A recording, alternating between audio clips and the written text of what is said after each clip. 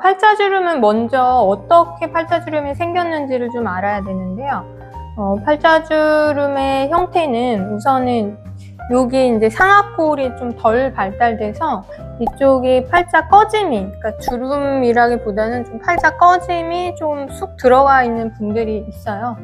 그런 분들도 있고, 그 다음에 위쪽 그 위에 있는 요 애플존에 있는 살이 좀 많아서, 볼륨감이 좀 많아서 여기가 이제 접히듯이 내려와서 생기는 분들도 있고, 그리고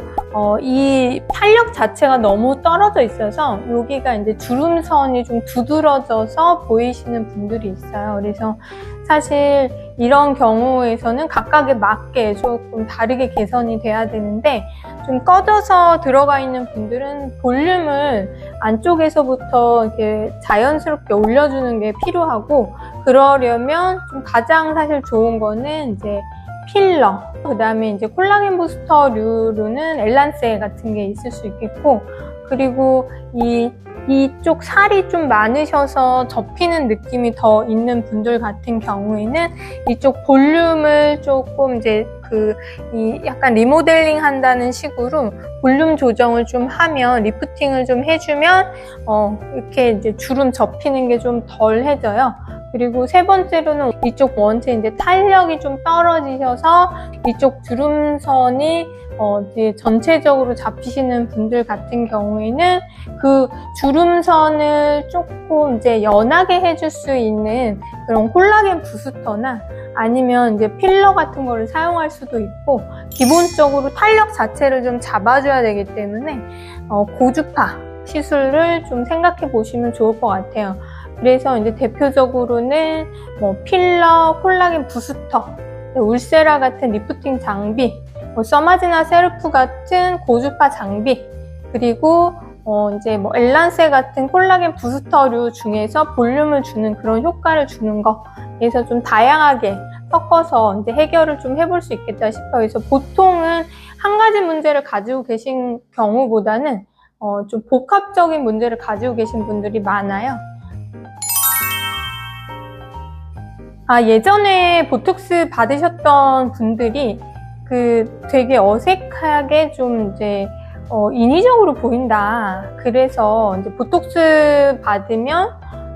이제 표정이 굳어서 좀 이상해 보이는 거 아니냐라는 그런 걱정들을 많이 하시는데, 보톡스를 어떻게 놓느냐에 따라 달라. 이제 보톡스는 사실 근육에 이제 세게 놓는 부분이 좀 있고, 그리고 자연스럽게 표정주름 있는 데는 보톡스의 원래 그 원액보다는 좀 더 희석을 하고 놓는 방식도 다르게 해서 이제 그렇게 좀 다르게 놓는 방식이 있어요. 그래서 저희가 이제 근육에 좀 세게 놓는 곳에 가장 대표적인 데는 요 턱 근육, 그다음에 요런 이제 턱 끝에 자갈턱 보톡스라고 많이 하는데 턱 끝, 그다음에 이제 미간, 요런 데들은 조금 더 근육에 아예 타겟팅을 해서 좀 세게 놓고, 사실 이제 그런 부위들은 그렇게 세게 맞는다고 해서 표정이 많이 어색해지지는 않거든요. 근데 근육 사이즈를 줄여주고 움직임을 덜 해줘서 조금 더 자연스러운 표정이 나게 하는데, 이제 다른 부위들은 사실 표정 주름에서 눈썹을 위로 올리거나 눈가에 이제 웃으면서 주름이 잡히거나 입가 쪽에 주름이 잡히는 것들이 많은데, 그럴 때는 좀 자연스럽게 스킨 보톡스 형태로 이 근육에 직접적으로 주사를 해서 좀 인위적으로 좀 안 움직이게 만드는 것보다는 좀 자연스럽게 이제 놓는 거를 이제 추천을 드려요. 그래서 요즘에는 좀 세게 그렇게 맞는 것보다, 그러니까 얼굴이 굳을 수 있냐라고 얘기를 한다면, 세게 맞아서 너무 무표정한 얼굴로 만드는 것보다는 기본적인 표정이 자연스럽게 저지되 대신에 이 주름은 조금 잡히고 전체적으로 살짝 펴지는 느낌 드는 그런 느낌을 많이들 선호하셔서 요즘에는 보톡스 자체를 좀 자연스럽게 맞는 거를 많이 이제 원하시죠. 그래서 그거에 맞게 제대로 진단을 받고 어떤 걸로 하는 게 본인한테 제일 잘 맞을지 제대로 진단을 받고 해결을 하는 게 가장 추천드려요.